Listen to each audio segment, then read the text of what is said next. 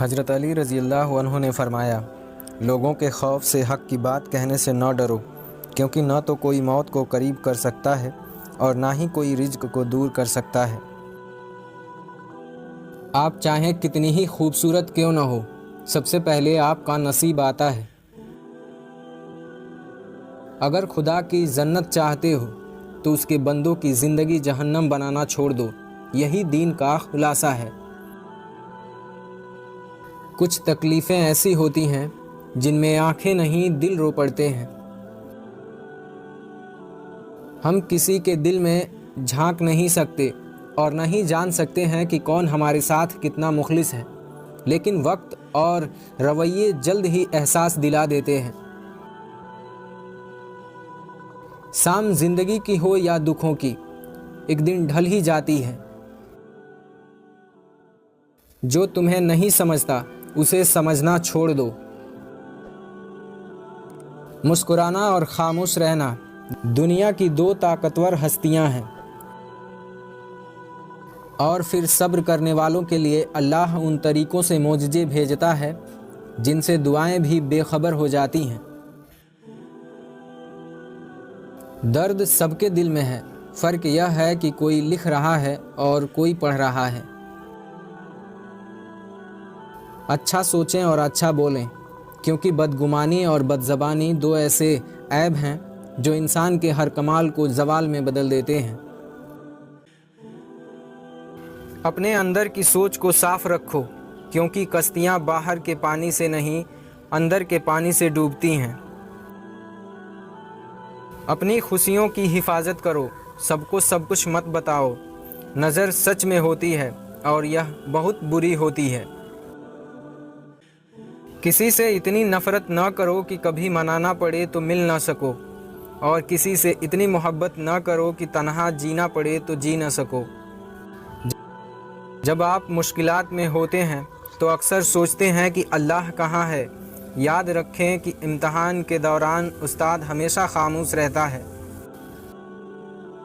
کامیابی کی پہلی سیڑھی کوشش ہے، کوشش سے غلطی، غلطی سے سبق، سبق سے تجربہ اور تجربے سے کامیابی حاصل ہوتی ہے۔ دھوکہ ہے، ایک فریب ہے منزل کا ہر خیال، سچ پوچھئے تو سارا سفر واپسی کا ہے۔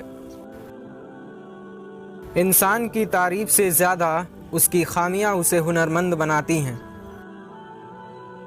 کسی کی خوشیوں میں شریک ہونے سے اس کی خوشیاں دوگنی ہو جاتی ہیں، اور کسی کے غم میں شریک ہونے سے غم آدھے ہو جاتے ہیں۔